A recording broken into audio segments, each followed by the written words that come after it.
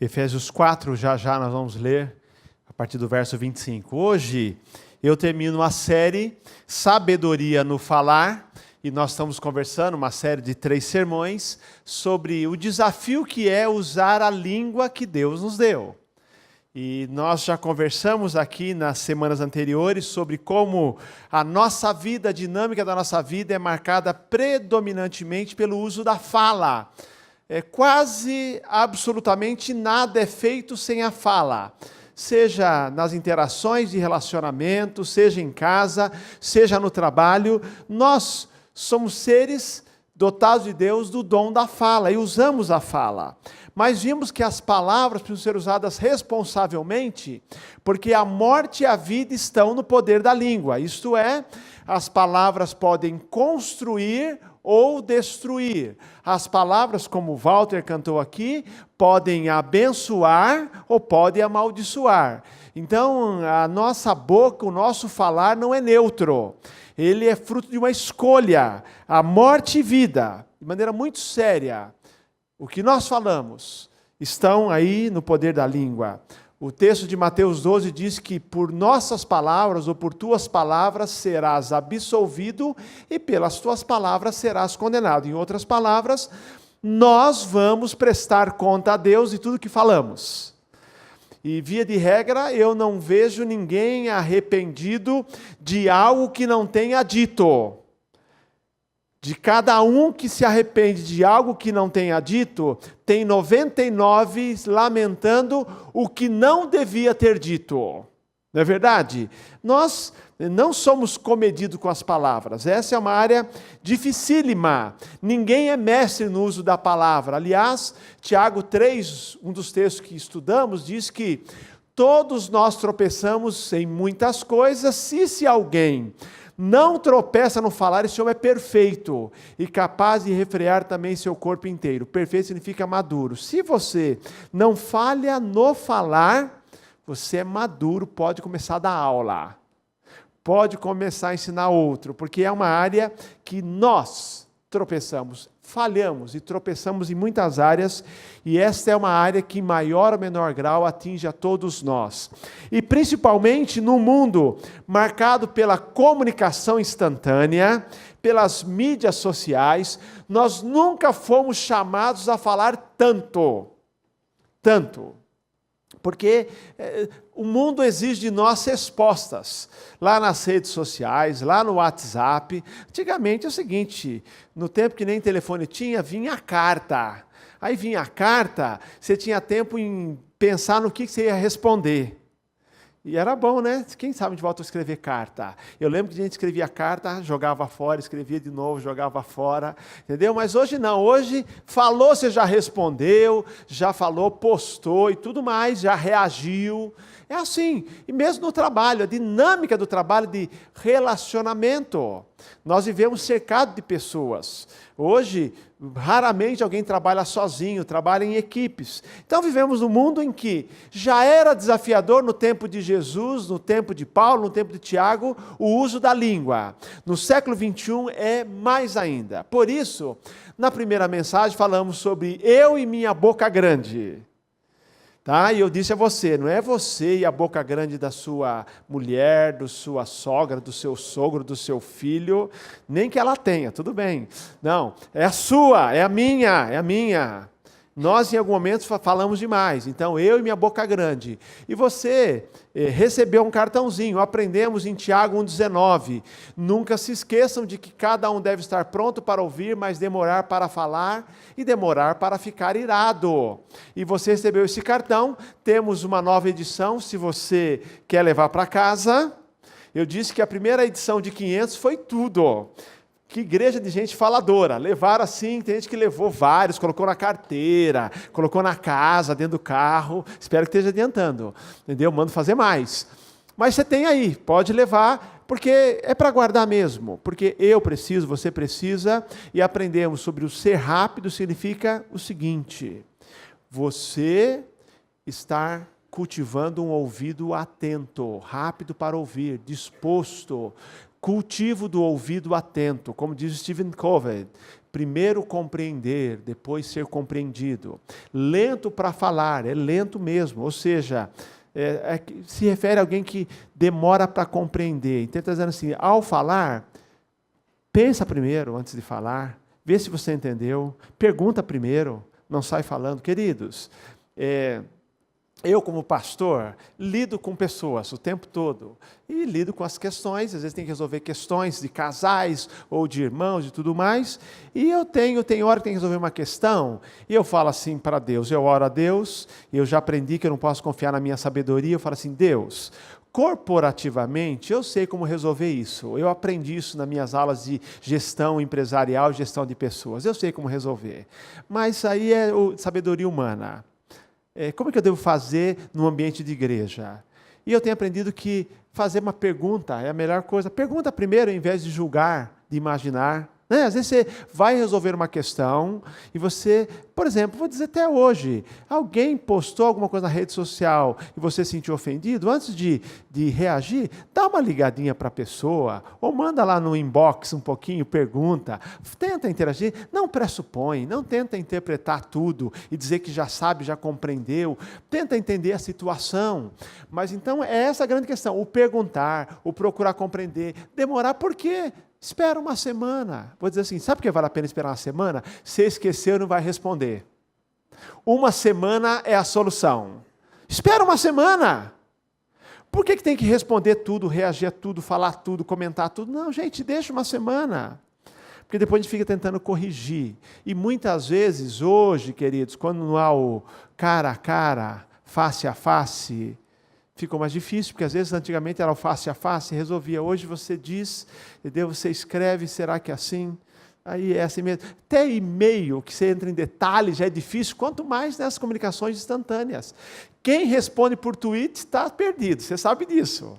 Não dá conta. Quem usa, o Trump e o Bolsonaro, não estão usando bem com o tweet, porque é muito curto para falar, e falou, não tem mais jeito.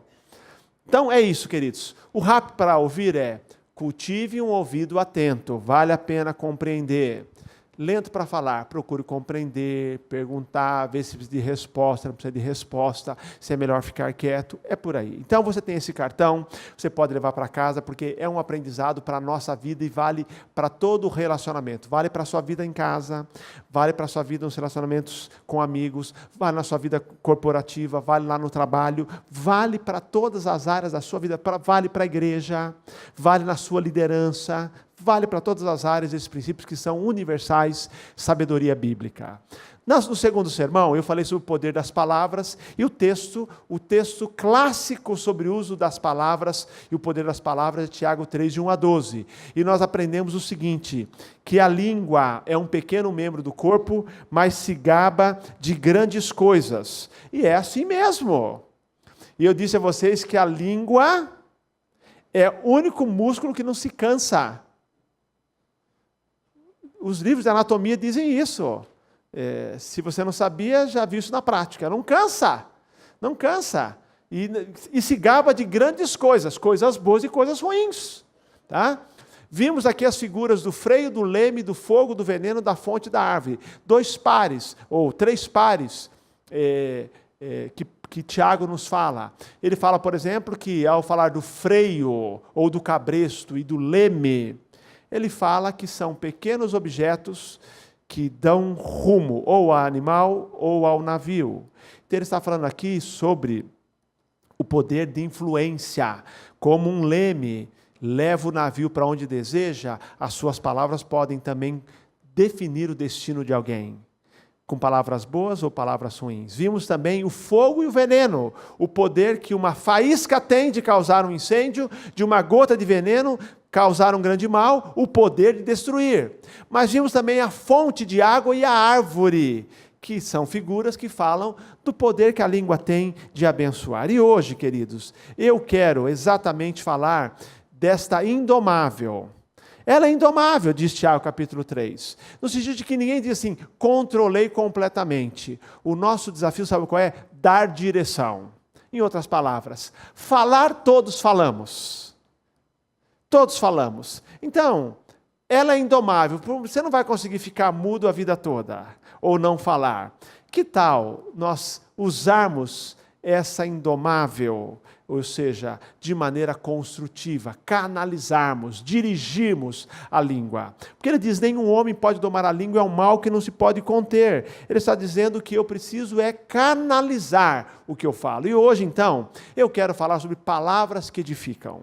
E eu quero hoje trazer um incentivo a você, quero, de maneira muito positiva, pregar aquele que eu considero hoje aqui, dos três, o que eu mais gosto.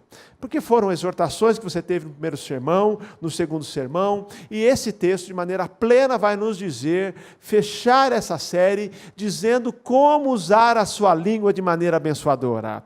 Como usar palavras que edificam. E o texto é Efésios 4, 25 a 32, que eu leio para você agora. Paulo diz o seguinte: por isso, deixai a mentira e falai a verdade cada um com o seu próximo, porque somos membros uns dos outros. Irai-vos e não pequeis, não se ponha o sol sobre a vossa ira, não deis lugar ao diabo. Não saia da vossa boca nenhuma palavra torpe, mas só que for boa para promover a edificação, para que dê graça aos que a ouvem. E não entristeçais o Espírito Santo de Deus, no qual estáis selados para o dia da redenção. Toda amargura e ira e cólera e gritaria e blasfêmia e toda malícia sejam tiradas dentre vós. Antes sede uns para com os outros, benignos, misericordiosos, perdoando-vos uns aos outros, como também Deus os perdoou em Cristo. Amém, queridos? O texto principal de hoje, que eu vou citar todos os versos, mas Efésios 4, verso 29. Pode colocar para nós aí, Kleber. Efésios 4, 29, diz o seguinte: não saia da vossa boca nenhuma palavra torpe, mas só a que seja boa para a necessária edificação, a fim de que ministre graça aos que a ouvem, queridos. Esse é o texto central. Ele está dizendo, veja só, não saia da vossa boca. O que ele quer dizer com isso, quando ele diz assim, não saia da vossa boca? Você é o responsável. A boca é sua. Se grande ou pequena, é sua. Não saia da vossa boca. Ele está dizendo aqui, imaginando, o Andy Stanley diz que é como se Paulo dissesse que a nossa boca é como um portão e você tem a chave. Cabe a você controlar. Não saia da vossa boca, a boca é sua, minha, eu sou responsável. Cabe a você controlar, guarde a sua boca, como nós já aprendemos, o desafio do primeiro sermão, Senhor, guarda a minha boca. Nós oramos aqui no final daquele sermão. Então a primeira dica é, não saia da vossa boca, a boca é sua. Tenha controle. Você não pode sequer dizer que você disse algo porque o outro disse. Não. Ele disse a boca dele, ele ia responder. O que você disse mediante o que ele disse, aí é sua. A boca é como um portão, e eu e você temos a chave, e podemos abrir na hora certa, e falar o que devemos. Nunca coloque culpa no outro. Na verdade, tem a nossa parte. Então, ele nos chama aqui a essa realidade. Ele diz assim, nenhuma palavra, não saia nenhuma, da vossa boca nenhuma palavra torpe. Palavra torpe é uma palavra interessante. Palavra sapros, que significa podre, carunchoso no grego, putrefato, estragado. E eu descobri que no grego atual, se você colocar lá, você vai descobrir que a palavra sapros pode ser traduzido como salsicha. Não sei porquê. E talvez uma dica para você não comer, que coisa boa não é. É uma das traduções de salsicha no grego atual. Entendeu? A salsicha grega, a brasileira é boa. Tá? Então, é o seguinte, queridos, mas ele está dizendo aqui, olha, é podre, palavra podre, putrefato, carunchoso. Quem já não teve caruncho lá num alimento, em casa? Terrível que é. Qual o caminho? Jogue tudo fora. Não é assim que você faz? Jogue porque vai aparecer em outro lugar. Tá? Era usada essa palavra para se referir a peixe, carne ou qualquer vegetal estragado. No inglês, essa palavra é traduzida como insalubre. Não saia da vossa boca nenhuma palavra insalubre. É uma forma figurada de dizer, não saia da vossa boca nenhuma palavra que faça mal ao outro. Outra tradução diz, não saia da vossa boca nenhuma palavra que cause destruição. Destruição, nenhuma palavra. Então, ele nos chama a responsabilidade sobre a nossa boca e diz o que não deve sair dela. Não deve sair palavras que não edificam, palavras podres, palavras insalubres, palavras que causem mal às pessoas, palavras que causem destruição. É uma forma figurada de dizer assim, palavras que fazem mal aos outros. E aí, queridos, ele ainda diz aqui o seguinte, mas só que seja boa para a necessária edificação. Paulo está dizendo, queridos, e ele diz então, numa outra tradução, essa ideia de que eu devo ministrar graça aos que ouvem essa minha palavra. Então, quando ele diz assim, olha, só que seja boa para a necessária edificação, ele está tendo em mente aqui o seguinte, que a nossa conversação é como um canteiro de obras. Quando a gente está envolvido com uma conversa, nós estamos num canteiro de obras. E eu devo escolher que tipo de construção ou que tipo de resultado daquela conversa eu quero. Minha responsabilidade, diz ele, é usar só material, só coisa que edifica. Porque às vezes uma construção também tem destruição. Você tem que derrubar alguma coisa. Está dizendo, não. Você, ao usar a sua boca, você deve usar como um canteiro de obras, só coisa que edifica. E ele diz aqui, queridos, no canteiro de obras, a necessária edificação. Ele está dizendo que no seu casamento, na sua família, no mercado de trabalho, na igreja, nos seus relacionamentos, tudo que você usar deve ser usado para edificação. Fique imaginando que ele está pensando numa conversa, não como algo inofensivo, como algo que vai não ter nem impacto ali à frente. Está dizendo que é como se estivesse num canteiro de obra. Canteiro de obras. Você está naquele momento tendo a oportunidade de usar algum material, e você escolhe o material, e o material deve ser o bom para edificação. Você não está ali para destruir, para derrubar, mas para edificar, queridos. E eu gosto dessa expressão necessária edificação, porque ele está dizendo que as pessoas deverão sair melhores das conversas que têm com você. Não é gostoso conversar com alguém, ou ouvir alguém falar, e que ele te coloca para cima, que ele traz uma palavra certa, que ele às vezes até pode ser uma exortação na sua vida. Você fala assim, valeu a pena, não perdi a conversa, foi boa a conversa. Valeu a pena. São pessoas que têm a arte de usar as palavras de maneira positiva. Ele está dizendo, quando ele fala necessária edificação, que as pessoas sairão melhores. Mas ouçam aqui.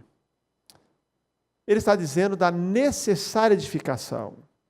Ele está dizendo que as minhas palavras precisam ir ao encontro das necessidades do ouvinte e não das minhas necessidades. Deixa eu explicar para você. Porque nós vamos aprender aqui mais à frente, sobre isso. Tem hora que eu falo não o que a pessoa está precisando ouvir, mas eu falo que eu quero colocar para fora. Porque eu preciso pôr para fora, porque eu quero ficar melhor. É assim que alguém faz quando está irado. Ele não fala o que o outro precisa ouvir. Ele fala assim, eu quero pôr para fora. Eu quero descarregar. Não. Use palavras que for boa para edificação, vai ajudar aquela pessoa. Ela precisa ouvir aquilo mesmo, vai ser bom. Está vendo que existe aqui um altruísmo? É a preocupação com o outro, não comigo. Eu falo, não porque eu quero falar. Agora, é muito interessante isso, porque nós aprendemos muito. Eu aprendo, você aprende. Um pastor amigo, ele estava cansado de todo domingo chegar na igreja dele, e ele chegava, comentava os irmãos, tinha uma senhorinha que ele perguntava como vai, e ela sempre reclamava de alguma coisa. Ela dizia assim, pastor, não está bem não, estou com dor na cabeça. Aí, não fica lembrando não.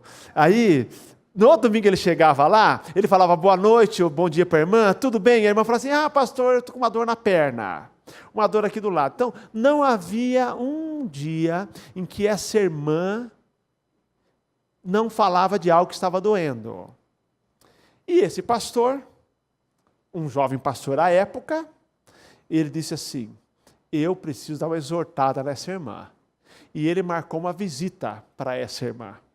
Falou, vou lá. Ele falou assim, meus irmãos, jovem pastor. E ele pegou o carro e falou assim, nunca dirigi com tanta alegria para uma visita pastoral. Peguei meu carro e fui em direção à casa da irmã. Então, vamos usar aqui um nome fictício. Maria, na casa da irmã Maria. É que ele usou Filomena, mas eu acho que ele estava usando um nome fictício também. Maria, foi na casa da dona Maria, chegou lá, já chegou dizendo assim, hoje eu vou dar uma exortada nela. Vejam só, o objetivo dele era edificar? Não, ele queria falar o que estava incomodando. Ele chegou lá, entrou na casa da irmã e falou assim, irmã Maria, como vai? Tudo bem, pastor. E o senhor? Irmã Maria, como a irmã está? Estou bem, pastor. E o senhor está bem? O senhor está doente, pastor? Falou assim, Deus me deu uma lição. Eu fui à casa da irmã Maria, não querendo edificá-la. De repente ela está com algum problema, uma carência, e eu não estava atento a isso. Eu queria descarregar alguma coisa, e Deus me deu uma grande lição.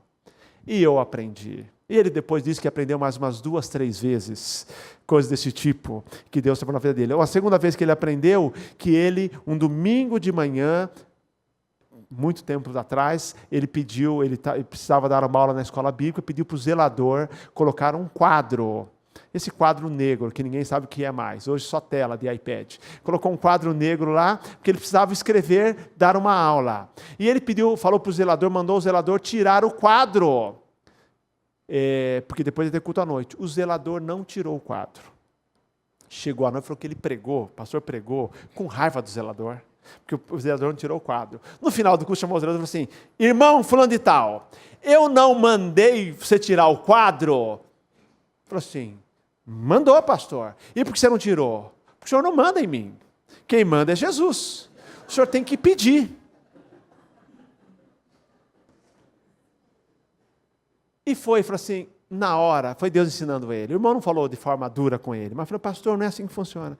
Irmão, perdoa aí. O senhor é uma bênção aqui na nossa igreja, o senhor faz tudo com dedicação. E eu que sou cheio de orgulho, duro. Ele aprendeu, queridos. Pergunta se hoje ele, aos 70 anos, esse pastor não é um homem manso. Pregou recentemente para os pastores, uma bênção, aprendeu ao longo da vida. Necessária edificação, não é para descarregar, não é falar porque eu preciso falar, porque eu não aguento mais, eu vou lá, se aquilo que você não aguenta mais, engole, viu irmão? Se é para abençoar, irmão, vai lá e fale com amor. Necessária edificação daquele irmão, ajude ele a construir, são as necessidades dele, não as minhas, que beneficie os que ouvem. E aí o apóstolo Paulo, irmãos, ensinando esse versículo, no capítulo todo, a partir do verso 25, ele fala dos critérios para a vida e para o uso das palavras. Ele disse aqui, por exemplo, no versículo 25, deixai a mentira e falai a verdade. O primeiro critério nessa nossa conversa, a palavra que eu devo rejeitar é a palavra mentirosa. Em outras palavras, falsidade, calúnia, hipocrisia, exagero, porque o diabo é pai da mentira. Então, falar é a verdade. Não usem de falsidade, não usem de calúnia, difamação, de hipocrisia, de exagero. Usem palavras verdadeiras com o irmão, verdade em amor. Ele diz mais ainda, irai-vos e não pequeis. Não se põe o sol sobre a vossa ira, diz o verso 26. Em outras palavras, ele está dizendo o seguinte para nós aqui, que a ira não trabalhada afeta o nosso falar, não é verdade? Quanta coisa que não edifica e nós falamos quando estamos irados, não é verdade? Nós falamos porque estamos irados, falamos que não devíamos, ferimos com as nossas palavras duras que falamos e depois cicatrizes duras de serem curadas, feridas duras de serem curadas. Jay Adams, no seu livro Conselheiro Capaz, diz que há 2 maneiras de lidar com a raiva e 2 maneiras equivocadas. Tem uns que usam a estratégia da explosão. Em outras palavras, a pessoa diz o seguinte, na hora eu estouro, mas depois tudo passa. É aquela pessoa que explode. Ah, não, eu estouro, mas depois passa. É como aquele cara que diz assim, olha, eu aperto o gatilho, mas depois passa a vontade de matar alguém. É a mesma coisa, deu tiro, já fez, é estilhaço, gente ferida. Mas há também a abordagem implosiva, tão ruim quanto a primeira. Não, eu não falo não, mas a raiva é jogada para dentro e vira amargura. E aí é amargo com todo mundo. Uma das piores coisas é a amargura. Pessoas que não perdoaram. porque foram ofendidas, e elas vão trabalhando e vão colocando para fora essa amargura. Seja a forma explosiva ou implosiva, não é a forma adequada de lidar com a ira. A ira eu apresento para Deus, e peço para que Deus sonde o meu coração, trabalhe a minha vida, eu procuro quem tem que procurar e eu acerto. Por isso Paulo diz, não deis lugar ao diabo. Eu dou lugar ao diabo, versículo 27, sempre que eu dou lugar à ira, sempre que eu permito que a ira seja acalentada em meu coração, sempre que a amargura está no meu coração, dou lugar ao diabo. E mais ainda, verso 30, ele diz assim, não entristeçais o Espírito Santo de Deus, no qual estáis selados para o dia da redenção.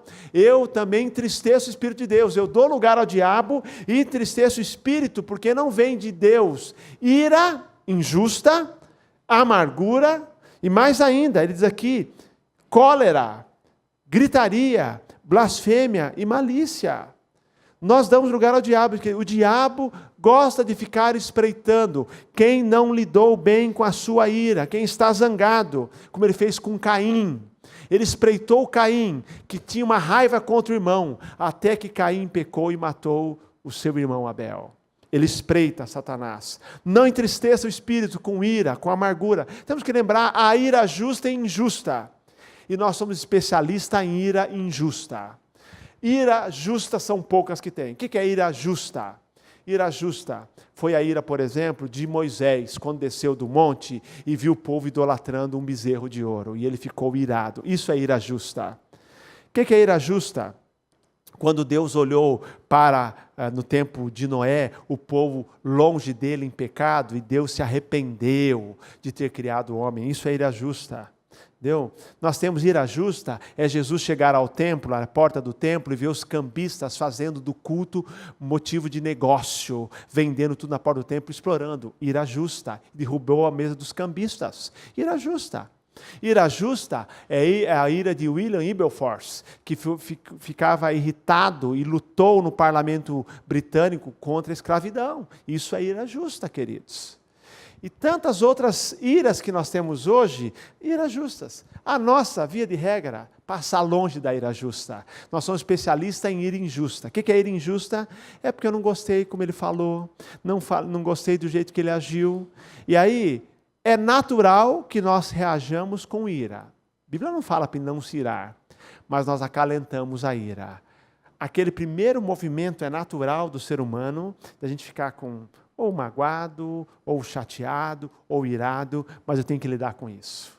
O problema é que a gente acalenta e acha que a ira justa é ira justa, que a ira injusta é ira justa, só porque foi contra mim. Porque contra mim, tudo que fazem contra mim é injusto. Entendeu? Nós temos que trabalhar com isso. O apóstolo Paulo fala assim, não entristeçais o Espírito de Deus, acalentando ira, acalentando amargura, porque nem ira nem amargura são fruto do Espírito, que é amor, alegria, paz, longanimidade, benignidade, bondade, fé, mansidão e temperança. Nós não perdemos a salvação quando nos iramos, mas perdemos a alegria da salvação, porque entristece o Espírito Santo de Deus. Temos que orar hoje dizendo, Senhor, me ajude a ficar revoltado com as causas legítimas, com aquilo que de fato incomoda o Senhor. E aquelas outras pequenas coisas, me dê maturidade para que aquilo não me abale. Mas vamos nos preocupar com as questões reais. E ele fala aqui da amargura, que é um espírito ressentido, azedo, que é aquela hostilidade arraigada, que afeta qualquer relacionamento, que faz com que você tenha uma disposição negativa para com a pessoa e que afeta inclusive o casamento. Paulo diz aos Colossenses que devemos conviver com as nossas esposas e não as tratar com aspereza, com amargura. Queridos, se alguém aqui ainda vive amargurado por qualquer relacionamento do passado, eu quero desafiar você hoje a abandonar essa amargura, porque faz mal à sua vida. Muitas vezes a gente está vivendo relacionamentos familiares marcados pela amargura. O perdão cura.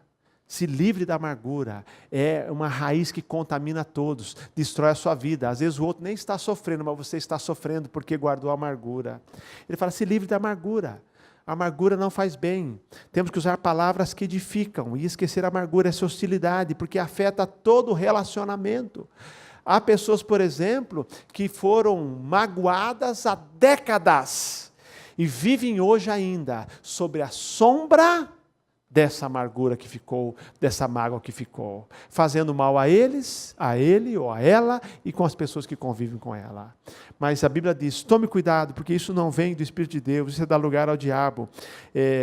Warren Wiersbe diz que a amargura no coração nos faz tratar os outros da mesma maneira que Satanás os trata, quando deveríamos tratá-los como Deus os trata. Ou seja, a amargura faz com que a gente faça o mal para o outro e não o bem, queridos. A amargura nos leva a dizer coisas que machucam. Você não vai ser um construtor de vidas se o seu coração estiver cheio de ira e de amargura. Porque a amargura, depois ele fala aqui, desencadeia cólera, gritaria, blasfêmias, malícia. Essas outras coisas nós sabemos. Ou seja, cólera é uma paixão descontrolada de raiva para com o outro. Blasfêmia é falar mal do outro. Malícia é desejar o mal para o outro. Mas ele fala o verso 32, e aqui eu quero caminhar para o final. Antes, sede uns para com os outros, benignos, misericordiosos, perdoando-vos uns aos outros, como também nos perdoou em Cristo.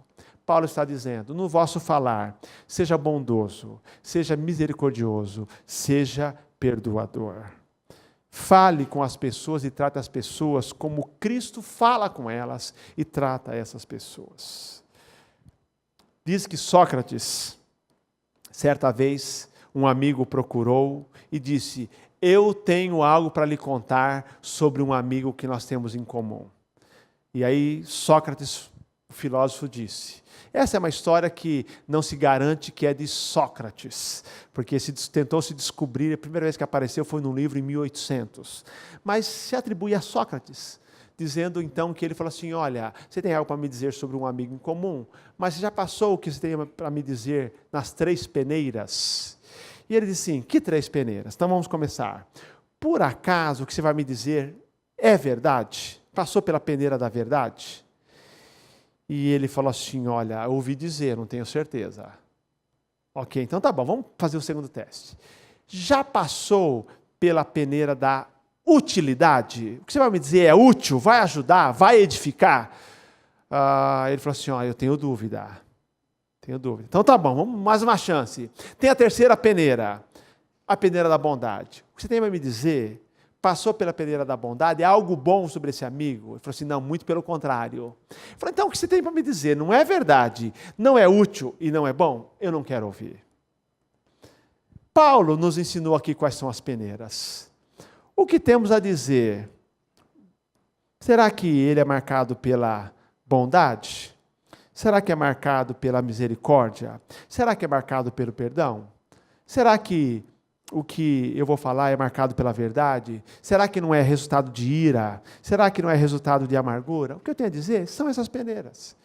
Se passa por essas peneiras, nós podemos falar porque vai, segundo diz o texto, ministrar graça aos que a ouvem. Cristo ministra graça, bondade, favor imerecido em nossa vida. E as nossas palavras, se passarem por esses filtros, por essas peneiras, vão ministrar graça a todas as pessoas que ouvem.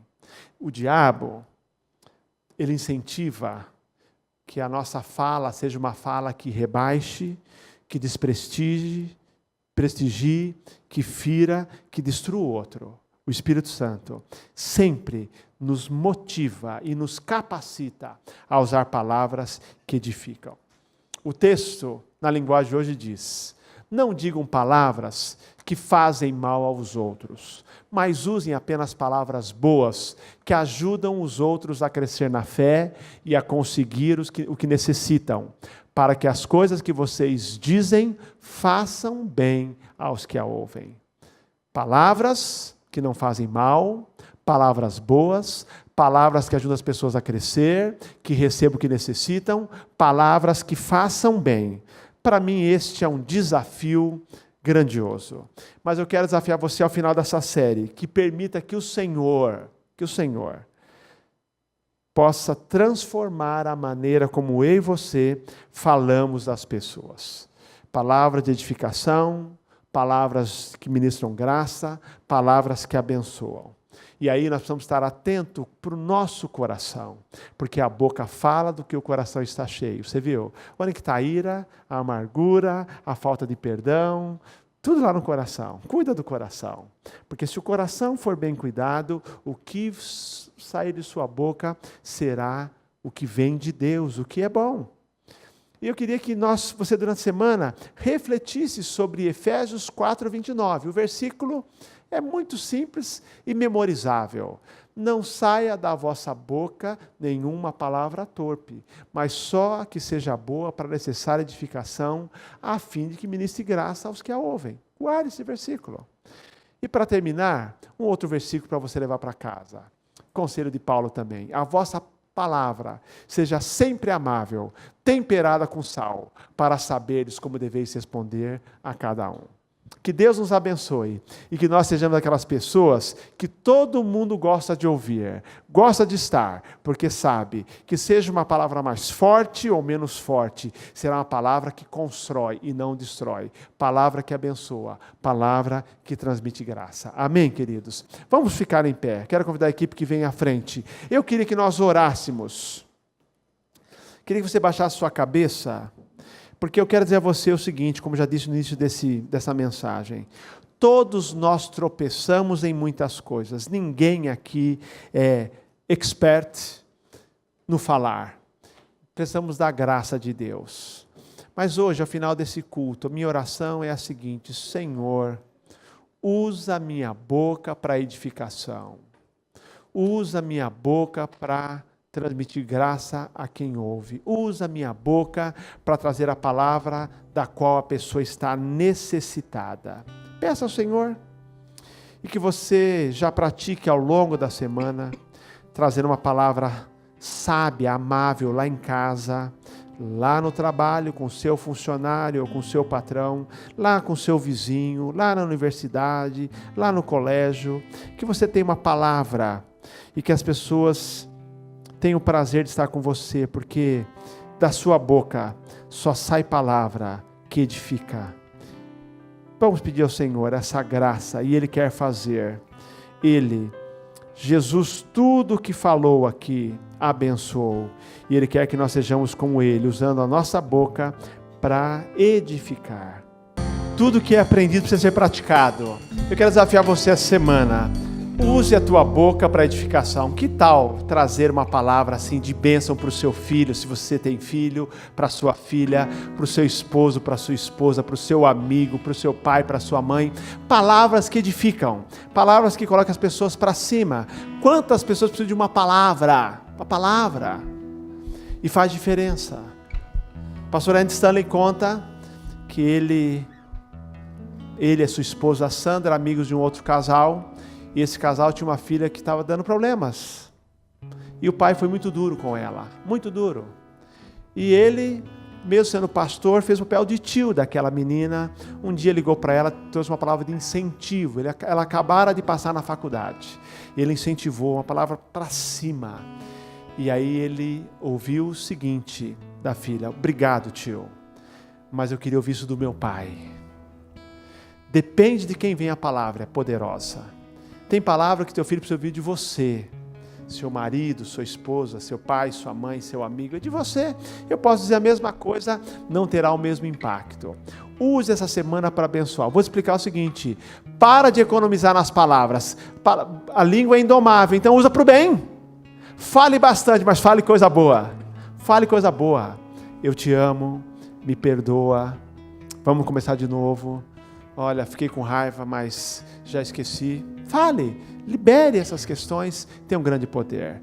Nós cantamos agora sobre o meu falar, sobre o meu pensar, tudo que eu falar, faça que eu reflita a beleza que há em ti, Senhor.